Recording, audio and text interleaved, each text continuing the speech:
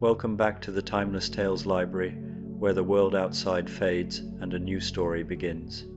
I'm Oliver, your host, and tonight I'll be sharing a soothing tale to ease your mind and guide you gently towards sleep.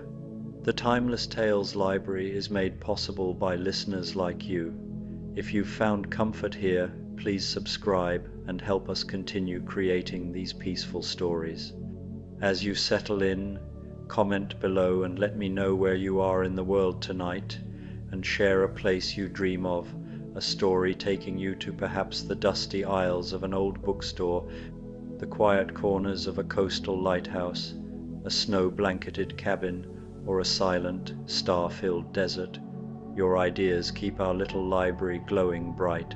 This story is about a magical neighborhood bakery on a stormy Thanksgiving evening, where the warm glow of lamplight beckons weary travelers inside.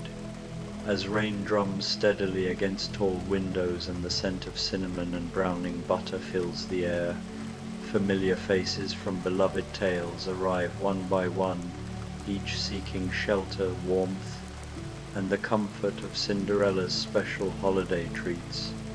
In this peaceful refuge, characters share quiet conversations, gentle laughter, and the simple pleasure of being welcomed exactly as they are, while the storm outside makes the warmth within all the more precious. Now, breathe slowly and let your mind drift, letting the day's worries fall away like petals from a gentle bloom. Tonight, you are stepping into the moonlit garden within the Timeless Tales Library. This hall opens onto a serene indoor garden where books bloom like flowers along winding paths. Silver light filters from glass ceilings above, casting soft, calming shadows. The air carries the faint fragrance of night-blooming blossoms, and quiet streams murmur between shelves lined with stories of wonder and whimsy. Feel your body sink into your bed, your private seat within this tranquil garden. Relax your jaw, your shoulders, your fingers and toes. Let the gentle rhythm of the garden's night wrap around you, steady and soothing. Take a slow step along the winding paths of shelves. Let the stories of the moonlit garden drift into your imagination, carrying you gently into peace, curiosity, and dreamlike calm. A cozy rainy day Cinderella bakery, a Thanksgiving evening. The rain began just after sunset, soft at first, then building into a steady drumming rhythm that played across the rooftops of the little neighborhood where the rainy day Cinderella bakery stood. The bakery occupied a corner building with tall windows that glowed amber and gold in the gathering darkness, lights spilling out onto the wet cobblestones like pools of honey. Above the door, a painted wooden sign swayed gently in the wind, showing a delicate glass slipper surrounded by autumn leaves and sheaves of wheat, a perfect blend of fairy tale and harvest season. Inside, the bakery was everything a storm-weary traveler could hope for. The walls were painted a soft cream color, and dark wooden beams crossed the ceiling, giving the space a cottage-like feeling of age and permanence. Along one wall, built-in shelves displayed mismatched teacups, pottery jugs filled with dried lavender, and old leather-bound books with cracked spines. A large stone fireplace dominated the far wall, where a fire crackled and popped, sending shadows dancing across the worn brick floor. The scent in the air was intoxicating cinnamon and nutmeg, browning butter and caramelized sugar, the yeasty warmth of fresh bread, and something deeper, richer, like maple syrup reduced to its essence. Small round tables were scattered throughout the room, each covered with cloth in autumn colors, burgundy, deep gold, forest green, and topped with stubby beeswax candles that flickered in glass holders. High-backed wooden chairs with embroidered cushions surrounded each table, looking so comfortable and inviting that one could imagine sinking into them and never wanting to rise. In the back of the bakery, behind a long wooden counter with a glass display case, the kitchen could be glimpsed through an open doorway, where the warm glow of the ovens and the faint clatter of baking suggested someone was hard at work, though the baker remained mysteriously out of sight.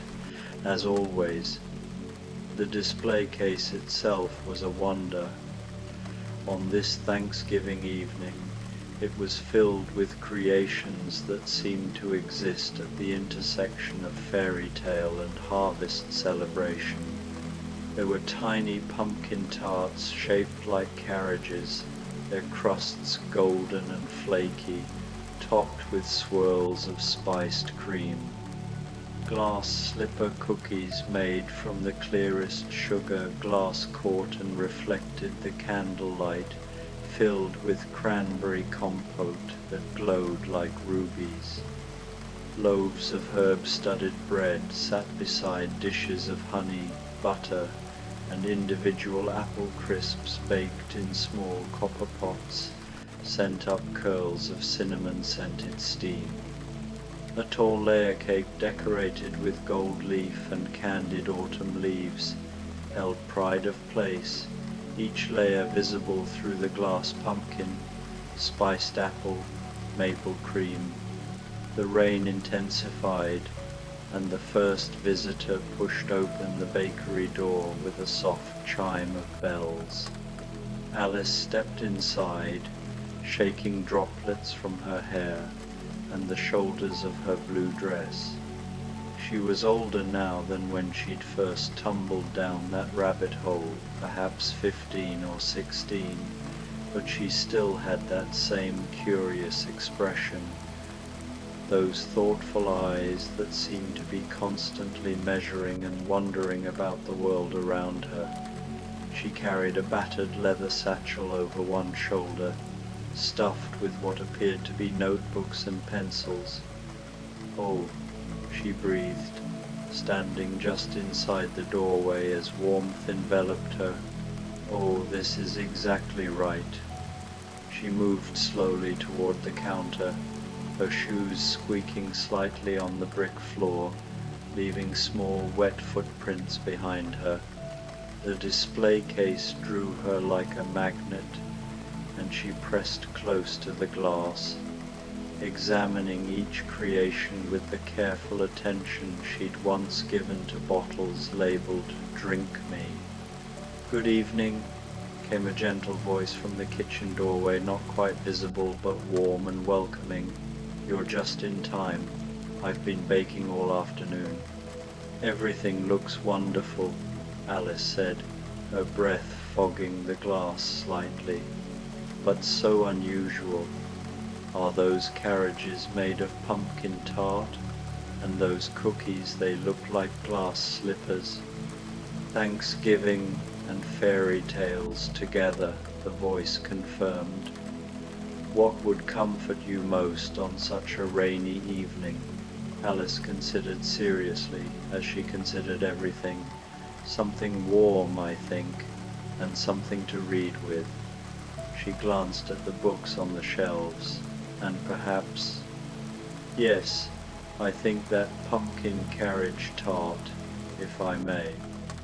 It's quite the cleverest thing I've seen in some time." Minutes later, Alice was settled at a table near the fire with her tart, a pot of black currant tea, and a book she'd selected from the shelf, a volume of poetry that fell open as if it had been read many times before. The tart was perfect, the pastry shell buttery and light, the pumpkin filling smooth and spiced with just enough sweetness, topped with a small swirl of cream that had been dusted with cinnamon. Alice ate slowly, occasionally pausing to write something in one of her notebooks, or to gaze into the fire, or to listen to the rain against the windows. There was no hurry here. Time moved differently in the rainy day Cinderella bakery, stretching out soft and slow like taffy pulled on a winter day. She had just finished her tart and was deeply absorbed in her book when the door chimed again. Jo March burst in with characteristic energy, though even she seemed subdued by the peaceful atmosphere of the bakery. Her dark hair was wind-blown and rain-spotted, her old coat thoroughly soaked. She carried a portfolio under one arm, protecting it fiercely from the weather. "What a storm," she announced, then immediately lowered her voice, sensing the quiet of the space. "I've been walking for hours trying to work out the ending to my story, and then the rain caught me." She noticed Alice and grinned. "Hello there, isn't this place something?" Alice looked up and smiled. "It's the most sensible place I've been in quite some time. Everything is exactly the size it should be, and the tea doesn't make you grow or shrink at all." Jo laughed and approached the counter, peering into the display case with an appraising eye. "Now that's what I call inspiration. Look at those little carriage tarts. And bread that smells like someone's kitchen when you're a child and everything is safe and good." She pressed a hand to the glass. "I'll have some of that bread, please, with butter, and whatever you think goes best with it on a night like this." The mysterious baker provided a thick slice of the rosemary and thyme-studded bread, toasted until the edges crisped and the center stayed soft, spread generously with honey butter that had been whipped until it was light as clouds.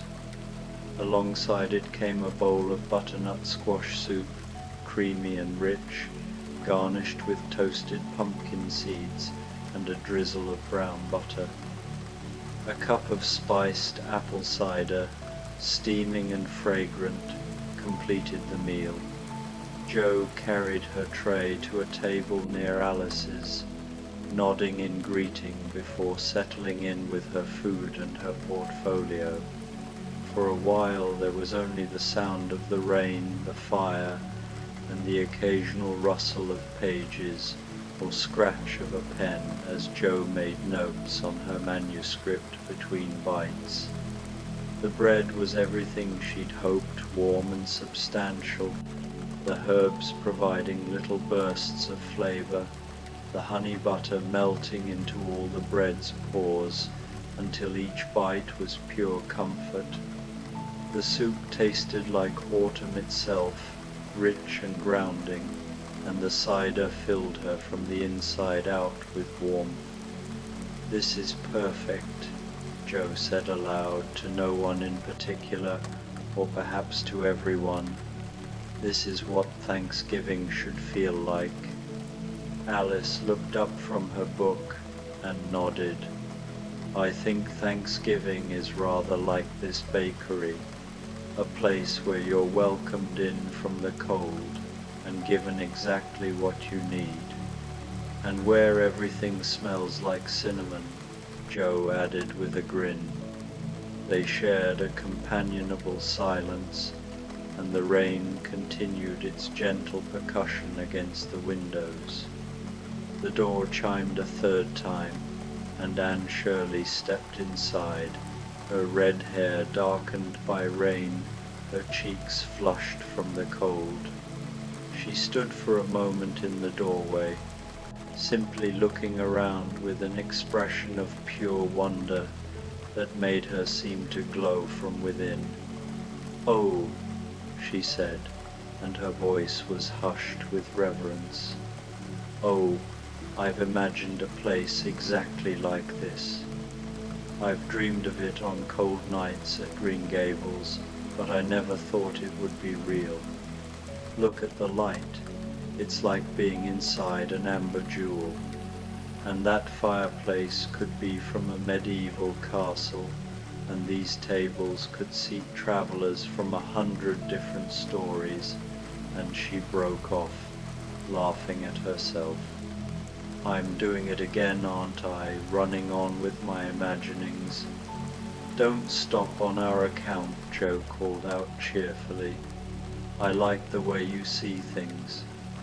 Anne smiled and approached the counter, her eyes roving over the displayed treats with the intensity of someone who wanted to memorize every detail.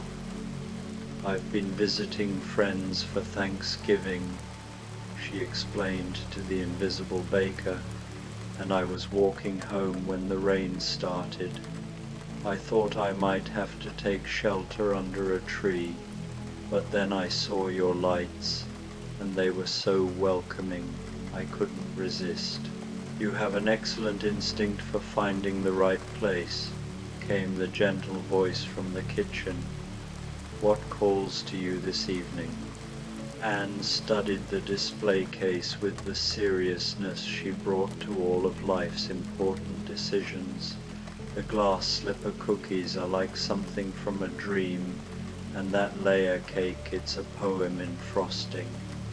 But I think, she tilted her head, I think what I want most is one of those individual apple crisps and some tea.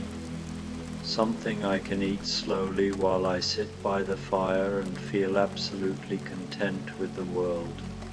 The apple crisp arrived in its small copper pot, the top golden and crispy with oats and brown sugar and butter, the apples beneath bubbling gently, softened to perfect tenderness, and scented with cinnamon and a hint of vanilla.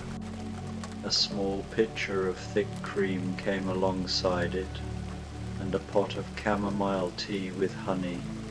Anne carried everything to a table with a clear view of both the fire and the rain-streaked windows, and she settled in with a sigh of pure satisfaction. The first bite of the crisp was transcendent, the contrast between the crunchy, sweet topping and the soft, warm apples, the way the cream melted into everything and made it even richer. Anne ate slowly, pausing between bites to sip her tea and gaze at the fire, occasionally glancing at Alice and Joe with a smile that invited companionship without demanding conversation. This is what I'll remember, Anne said softly, when I'm old. Nights like this, in places like this, when the world feels exactly right. Joe raised her cider cup in agreement. To perfect moments. Alice lifted her teacup as well, to finding the right size door when you need it. Anne laughed and raised her teacup in turn. To kindred spirits and kind bakers. They drank in unison, and the fire crackled its approval. The fourth arrival was unexpected, yet somehow perfectly appropriate. The door opened, and a small figure hopped inside the velveteen rabbit, no longer a worn toy but a real rabbit, with soft brown fur and bright, intelligent eyes.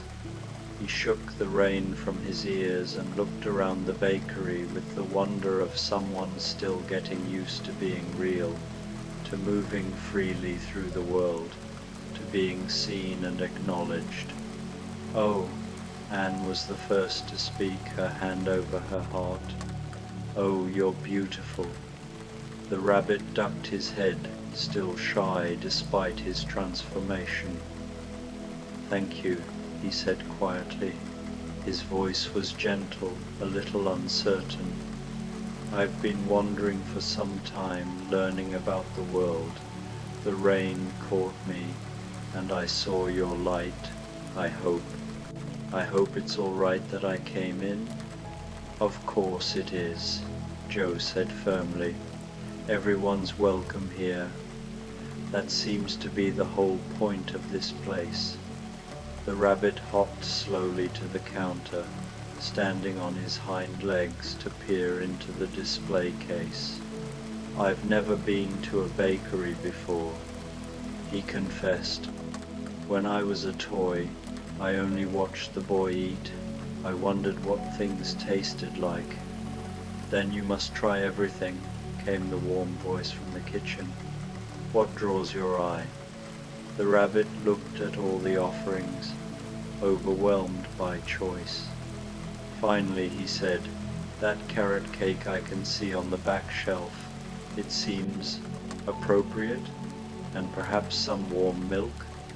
What arrived was a slice of carrot cake so moist and perfectly spiced it seemed impossible, layers of tender cake studded with carrots and walnuts, frosted with cream cheese icing that had been flavored with a hint of orange.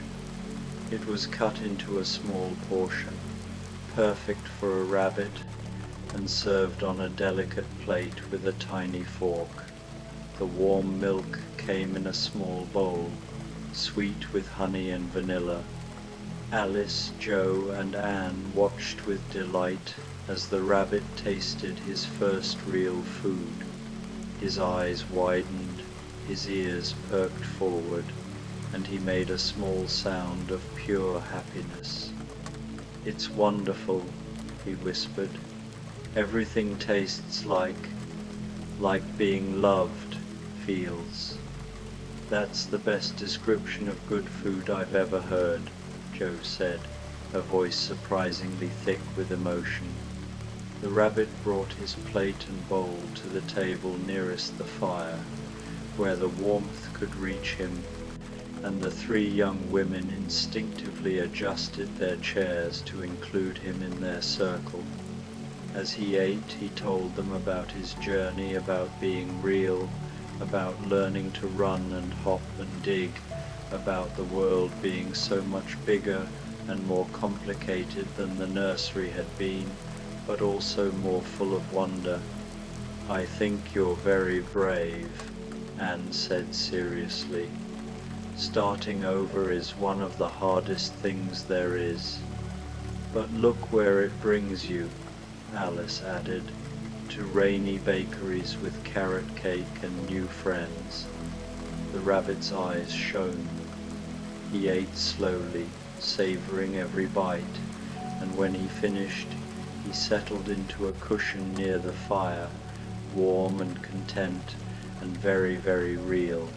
The door chimed again, and Heidi entered, rosy-cheeked and bright-eyed despite the rain. She wore a simple dress and sturdy shoes, and she carried with her an energy of mountains and fresh air, even soaked as she was from the storm. She smiled at everyone immediately, the kind of open, genuine smile that invited instant friendship. "Grizzy," she called out cheerfully, then switched to English. "Good evening. What a wonderful place to find on such a night. It reminds me of grandfather's hut when the snow falls and we're warm inside with cheese and bread." She approached the counter with confident familiarity, as if all bakeries were natural friends. "I've been traveling to visit Clara in the city," she explained, "and my train doesn't leave until tomorrow morning. The storm came up so suddenly, but this is much better than waiting at the station." "Much better indeed," the baker's voice agreed. "What would you like from the mountains, or from Thanksgiving, or from both?" Heidi laughed with pleasure at the question. "Do you have anything with cheese? Good mountain cheese, brown and melted, and bread, and perhaps something sweet after, because it's a holiday." The baker provided a personal fondue pot set over a small burner, filled with a mixture of melted Gruyere and Emmentaler, white wine, and a hint of garlic, accompanied by cubes of crusty bread for dipping. Alongside came a small salad of mixed greens with walnuts and apple slices. For dessert, a promise of hot chocolate and a piece of the Thanksgiving layer cake when she was ready. Heidi chose a table and invited the others to join her. "There's plenty to share," she insisted. "Fondue is always better with friends." They gathered around her table, even the rabbit hopping closer, and Heidi showed them how to spear the bread and swirl it through the molten cheese, pulling up long, golden strings that had to be twisted around the fork. The bread was crusty and soft inside, and the cheese was nutty and rich, exactly the kind of substantial food that made a stormy evening feel safe and protected. They talked as they ate about mountains and rabbit holes, about writing stories and being real, about finding Green Gables and friends who understood you, about being in exactly the right place at exactly the right time. "This is what Grandfather says about Thanksgiving," Heidi told them, carefully dipping another piece of bread. "He says it's not about one day or one meal. It's about being grateful every day for warmth, for food, for friends, for being here now together." "Your grandfather sounds very wise," Alice said. "He is," Heidi said simply. "He taught me that the simplest things are often the best things, like this." She gestured around the table, at the food and the fire and the circle of faces. "This is perfect." They couldn't argue with that. After the fondue, Heidi received her hot chocolate, thick and dark, topped with a mountain of real whipped cream, and her slice of the Thanksgiving layer cake. The cake was a revelation, each layer distinct yet harmonious. Pumpkin spiced with ginger, apple laced with cinnamon, maple cream smooth as silk. The frosting between each layer was a brown butter buttercream that tasted like autumn itself, and the whole thing was topped with the thinnest sheets of gold leaf and delicate candied leaves that crunched delicately between the teeth. "I want to remember this forever," Heidi announced, and everyone understood exactly what she meant. The last visitor arrived just as full darkness settled outside and the storm reached its peak. The door opened and Dorothy stepped in, her dark hair in braids, her gingham dress damp at the hem. She didn't have the ruby slippers tonight, those were safely back in Oz, where they belonged, but she had the same look of quiet determination that had carried her down a yellow brick road and all the way home again. "I was visiting my Aunt Em and Uncle Henry for Thanksgiving," she explained, shaking out her shawl, "and I decided to walk home to explore the town.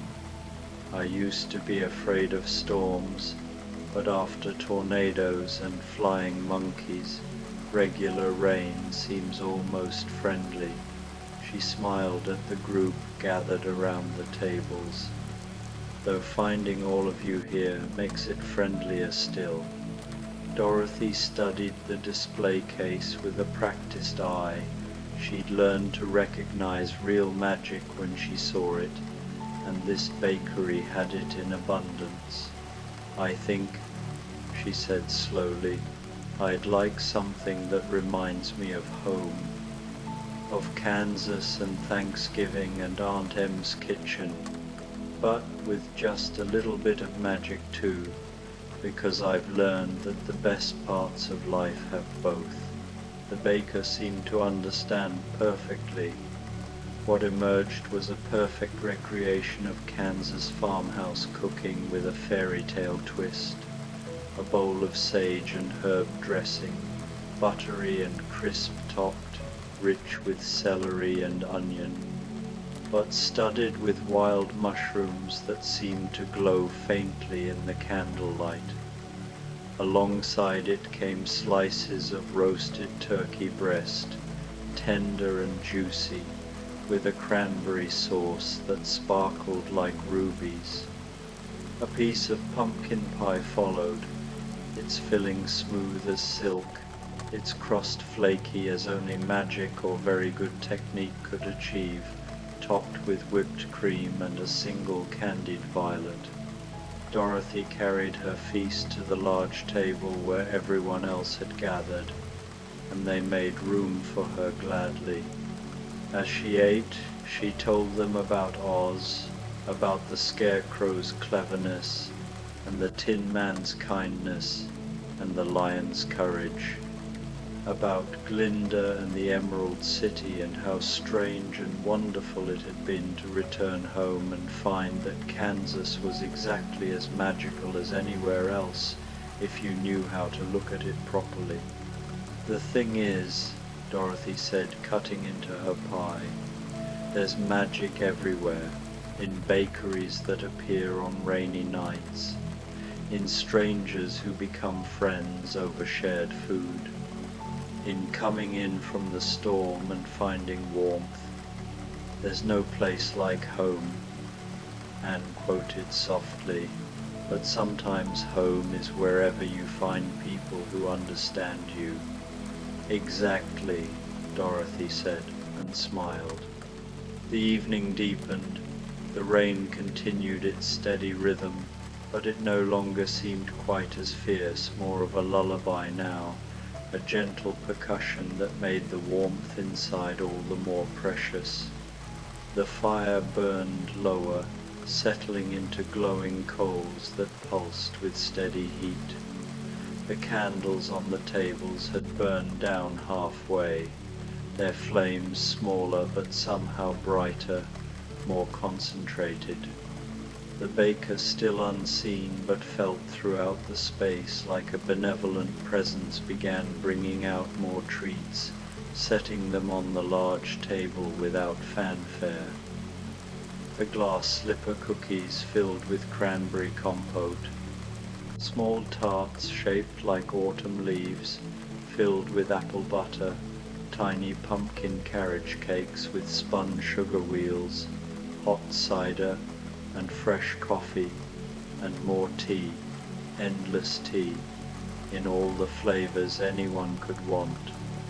"Please," came the voice from the kitchen, warm and generous, "share these together. Thanksgiving is for gathering, for gratitude, for recognizing the gifts we've been given." And so they did.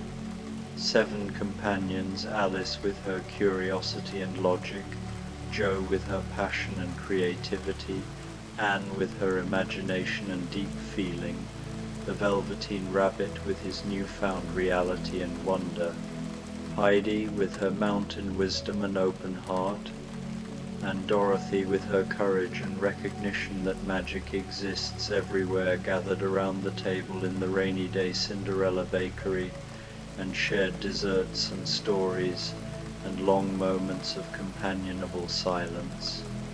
They talked about their adventures, but gently, without urgency. Alice described Wonderland, but focused on the moments of strange beauty rather than the frightening parts. Jo read aloud a passage from her latest story, and the others listened with rapt attention. Anne recited a poem she'd written about autumn, and Heidi sang a song from the Alps, her voice clear and true.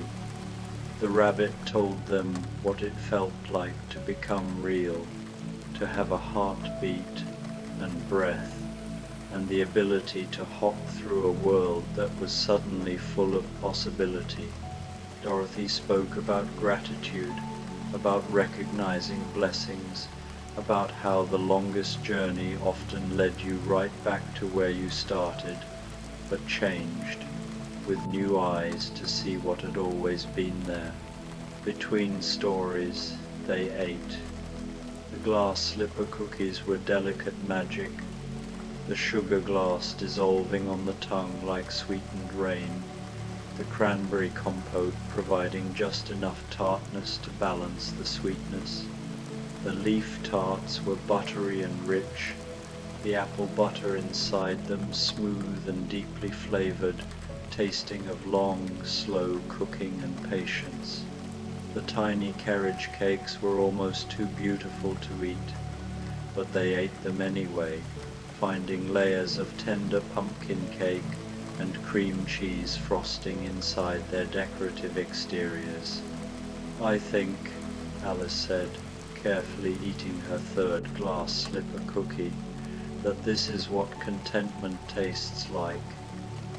Not happiness exactly, which is more exciting, but contentment, which is deeper and quieter. It's what safety tastes like," the rabbit added softly, "being warm and fed and among friends." "It's what home tastes like," Dorothy said, "even when you're far from your actual house." "It's what love tastes like," Anne declared, with her characteristic passion for finding the exact right words, the love that goes into making food for others, the love that welcomes strangers in from the rain, the love that says, "You belong here, just as you are." Jo nodded, scribbling something in her notebook. "That's going in my next story, the love that says you belong." Heidi simply smiled and reached across the table to squeeze Anne's hand, then Dorothy's, then Jo's, creating a chain that somehow included all of them, even those not touched directly, until they were all connected by more than just the food they'd shared. The storm outside had gentled to a soft patter, steady and soothing. Inside the bakery, the fire had been rebuilt and now crackled cheerfully, sending up occasional sparks that danced briefly before vanishing. The candles had been replaced with fresh ones, and someone, perhaps the mysterious baker, perhaps the spirit of the bakery itself, had brought out thick quilts and cushions, transforming the space into something even cozier, even more nest-like. "Stay," came the voice from the kitchen, gentle as always. "The storm will pass soon enough, but there's no need to hurry. Rest, read, dream. This is what the bakery is for." And so they stayed. Alice curled up in a deep chair near the fire with her book of poetry, a fresh cup of tea at her elbow, occasionally reading passages aloud that struck her as particularly beautiful. Jo spread her manuscript across a table and worked on her ending, frequently pausing to gaze into the fire for inspiration, finding it more easily here than she had during her long walk.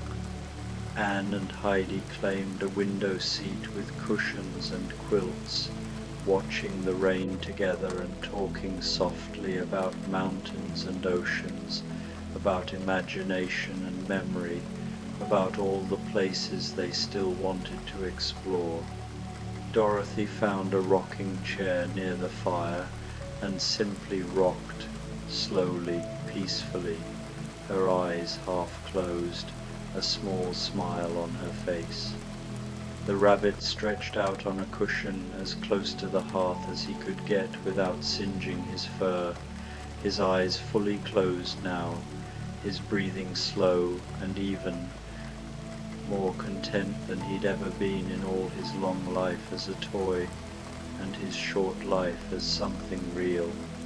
The baker appeared briefly, or at least a figure in a simple dress with flour on her hands appeared in the kitchen doorway, and she smiled at the scene before her. She said nothing, but her presence was a blessing, a benediction on the gathering.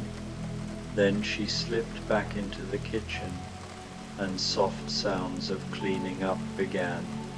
the homey sounds of someone putting things to rights, of a day's work well done. Time stretched and softened in the way it does when there's nowhere to be and nothing that must be done, when the present moment is so perfect that neither past nor future seems quite real. The rain became a backdrop, steady and reliable, no longer something to shelter from, but simply the weather beyond the windows, making the interior all the more precious by contrast. One by one, they began to grow drowsy.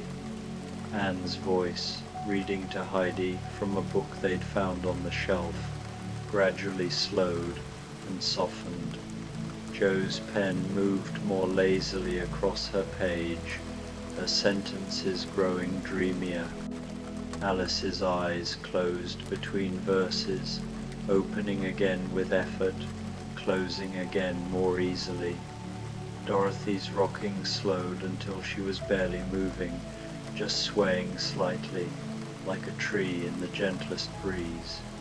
The rabbit was already asleep, his breath barely ruffling his fur, his paws twitching occasionally in dreams of running through summer meadows. "I think," Anne whispered to Heidi, "that this might be the most perfect Thanksgiving I've ever had." "I know it is for me," Heidi whispered back. "Thank you for sharing it." "Thank you all," came Dorothy's drowsy voice from the rocking chair, "for being here, for being you, for making this night what it is." "Here, here," Jo murmured, not looking up from her manuscript. Alice agreed from deep in her chair, already more asleep than awake. The fire settled lower, glowing steady and warm, but no longer crackling, just pulsing with heat and light. The candles burned without seeming to shrink, as if they'd burn forever in this place, keeping watch through all the rainy nights to come. Outside, the storm passed its peak and began its slow decline toward simple rain, then toward the clear, washed peace that comes after storm's end. In the kitchen, the last sounds of cleaning faded. A final light went dark. The baker, whoever she was, whatever magic sustained her, had finished her work for the night. But the bakery itself remained awake, watchful, protective, keeping its guests safe and warm and fed, asking nothing in return except that they rest, that they find peace, that they remember this night when they needed comfort and found it. And so they slept, or dozed, or drifted in that space between waking and sleeping where the best dreams happen. They slept in chairs and on cushions, under quilts, and in the firelight, surrounded by the scent of cinnamon and bread, by the sound of rain and breathing, by the sense of being exactly where they belonged. Outside, the storm passed. The rain slowed, then stopped. Clouds began to break apart, revealing stars and a sliver of moon. But inside the rainy day Cinderella bakery, nothing changed. The lights still glowed, the fire still burned, the quilts still kept everyone warm. And if new visitors arrived, seeking shelter and sustenance, they would find both, along with companions who understood what it meant to wander, to seek, to find, to rest. The night deepened into that quiet hour before dawn, when everything holds its breath. In the bakery, 7 sleepers breathed slowly, peacefully, their dreams gentle and kind. Tomorrow they would wake and return to their lives, their journeys, their own stories. But tonight, this perfect, rainy, Thanksgiving night, they were home. And in the morning, when they woke, There would be fresh bread and coffee, and perhaps some of those wonderful carriage tarts, and the baker's gentle voice asking what they needed for the road ahead. But that was for tomorrow. Tonight, there was only warmth and safety, and the deep contentment of being welcomed in from the storm. Tonight, in the rainy day Cinderella bakery, everything was exactly as it should be. And that was enough. That was everything. That was the most perfect Thanksgiving gift of all. The rain whispered its last gentle song against the windows. The fire glowed steady and warm. And in that magical corner bakery, on that stormy Thanksgiving evening, 7 weary travelers found exactly what they'd been seeking all along: a place to rest, friends to share it with, and the simple, profound knowledge that they were welcome just as they were. The night held them gently, and they slept